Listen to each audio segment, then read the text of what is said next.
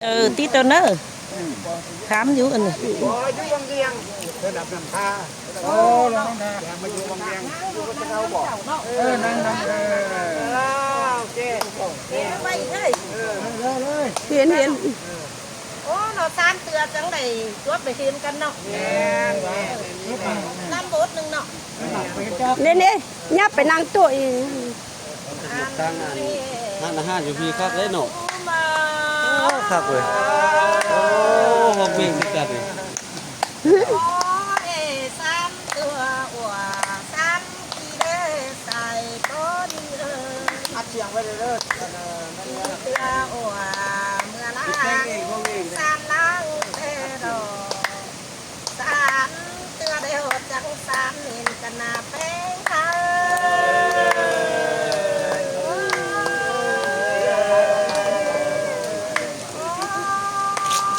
มาทำดาวเลยอ่านตาบังเพียงเลยจังไปตัวป่าไรเพียงซึ่งได้รู้ได้ตรงได้อายน้องสุ่มไรโกเตรอใส่เชียงไฮ้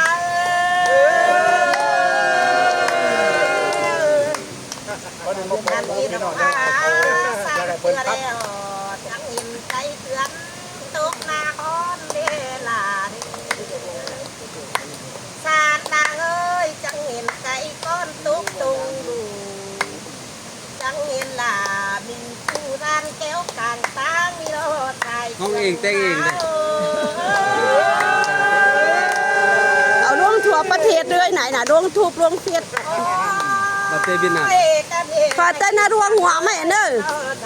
แต่นาดวงฝาเอาดีๆได้มุกกล้องนะอย่าให้เฮียเลยเดินละคำบ่ไม่เห็นการเมืองก็เตืองกันห่าวก้อยจูห่าวแก่งกันเสื่องตุ่นบ่หัวเด้อเนื้อหัวก็หาเด้อเห็นกันเอวอย่าดุ่นอย่าดื้อสักหน่อยเด้อเนื้อก้อยจื้อหน้าบ่ไปส่องสวนเมืองนามในเนื้อนามึงพูดบ่กันเดมาเห็นกันแล้วโอ้ดังก็เหออายุมันควรยื้อกันเออขึ้นไปอินเราบานตั้งเครื่องขึ้นไปอินท่องเที่ยวได้เมืองตั้งฟังดีๆมีคมมากได้เห็นอายเห็นน้องอ่านบ้านลายตั้งฟันกันในเมืองนาเด้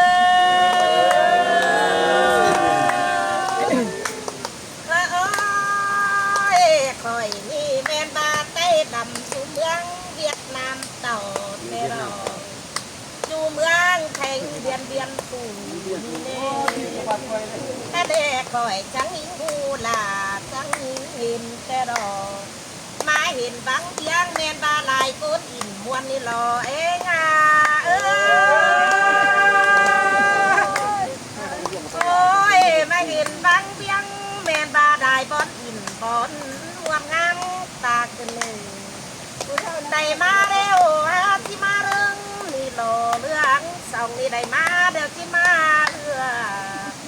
รอจิตเต่าจังเบื่อสูงสาวแต่เราอิงให้เงินโอ้ยกันนี่กูแต่ก็มันชื่นเห็นกันเรื่อยๆบ้านเยืองเบื่อยังนำอยู่ขายโจมตอมเลยถ้ามันอายหอมต้องเมื่ออดเมืองน้ำข่อยเลือพี่น้องอาใส่กูโอ้ยกันนี่ความดีก่อยก็มักจะดอกว่าไม่ความขับก่อยเบาในพี่สายปันบ้าพี่แป้งน้องแป้งนี่อันมาบังเพียงฐานตอบนี่จอบจะหนักพี่น้องคอยโตตื่นเต้นไปเอาบูธหนึ่งสองบูธเพ่งค่ะเครื่องสองเคยแขวนเลยใส่เชืองหาเลย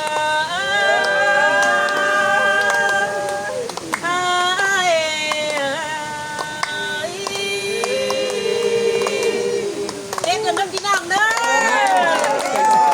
ไอ้ที่หน้าจำตากันเนาะโอ้ยน้ำดื่มเข้าใจเ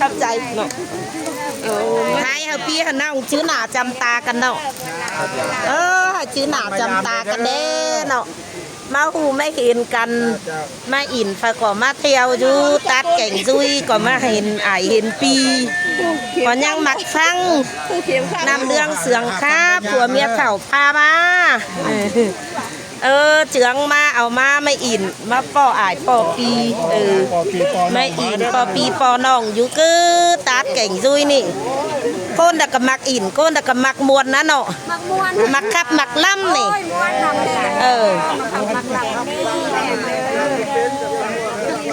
คอยก็แม่นนักข้องไต้ดำ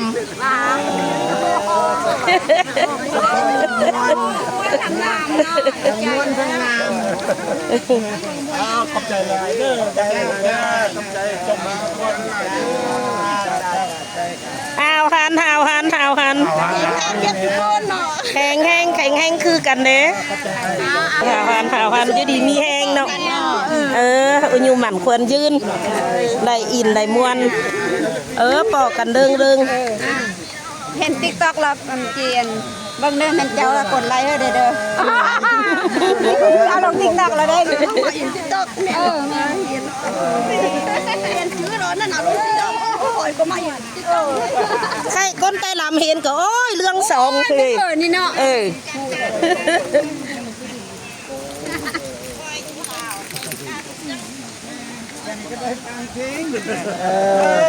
หมอลำหายากอันนี้เขา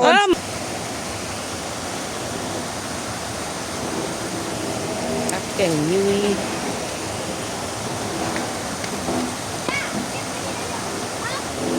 ตุ๊กตาสอนคน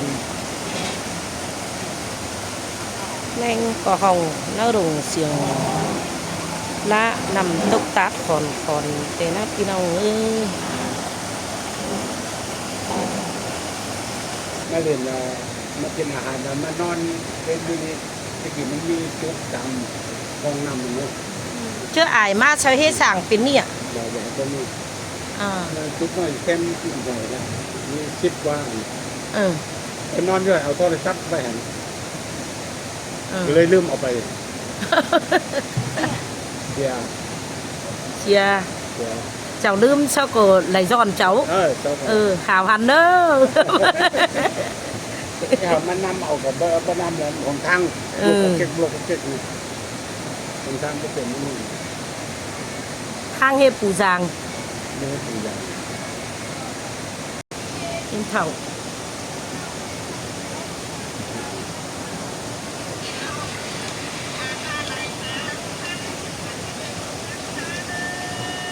โอ้พอดีมาได้ผลงานตอนเมื่อกี้เนาะ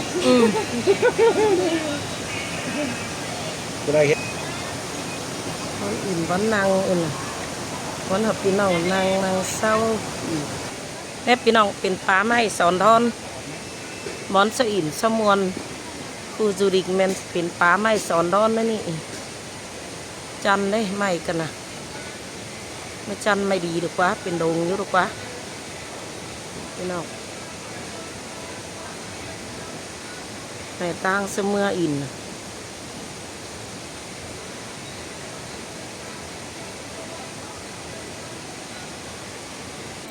ก็ต่างมันชัดจอดโดด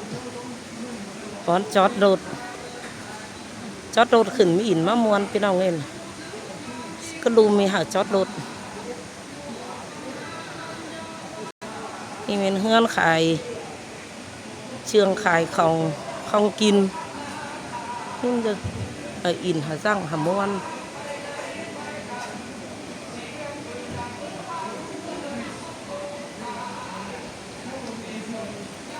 มันกระตั้งขึ้นตัดแก่งยุ้ยเนอะน้ำมันตกตัดยุ้ยxin đỡ cảnhยุ้ยพี่น้องơi phải tay làmแต่ก็จะปาแก่งยุ้ยxin đỡมันตกลงยุ้ยน่ะ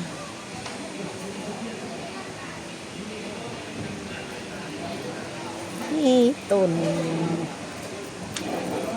ไม่ดวงจวงหาวไม่เยอะแต่ดอกต้นไม่เยอะจวงหาวนี่เน่ไปเบาเป็นสะแลแปะเดืองกวางสะแลเอาผู้จวงกินหญ้าโน้มปัดฝ่าคันดัวนักสาวตกปิว กันแน่เนื้อนเอ้ย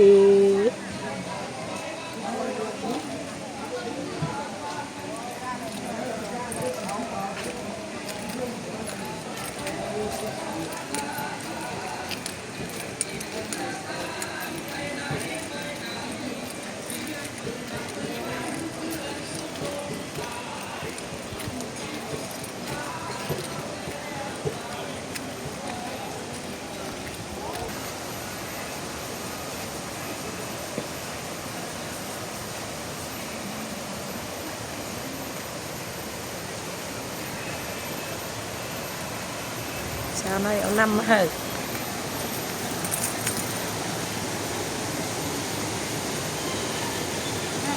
เราบ่มีน้ำตาลต้องไปใช้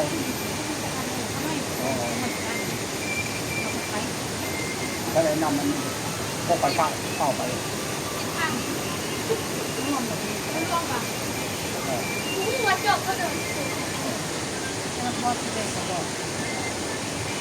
น้ำมะเป้า น้ำมะเป้ากินดีดีกว่าเนาะเจ้ามันนะเจ้ามันเมาไปอันนั้นปีนไปไว้ปีนไปถ่ายอยู่ไรกันเด้เอาหันเด้อพี่น้องเนาะเอาหันเด้อกินน้ำของซุ้มข่อยไหมกินน้ำมะเป้า กินน้ำมะพร้าวเนอะ กินน้ำมะเป้าเด้อพี่น้องเนาะ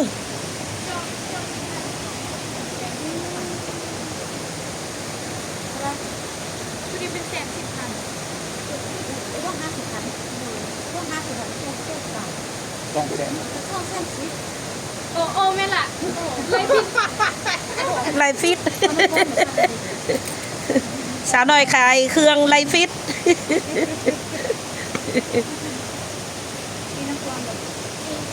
สาวน้อยขายน้ำไลฟิตนะ อันนั้นก่อนใช้จอกหนึ่ง จำเอิญพี่น้องเนื้อกินน้ำมะเป้าพี่น้องกินน้ำมะเป้าของซุ้มข่อยเนื้อพี่น้องเนื้อ จอก10,000เนาะบาทละ นี่เก็บแพงเนาะ ไม่หาที่ โอ้หน่วย50บอนอินบอนมวนสนิจะเอาแพงอย่างนี้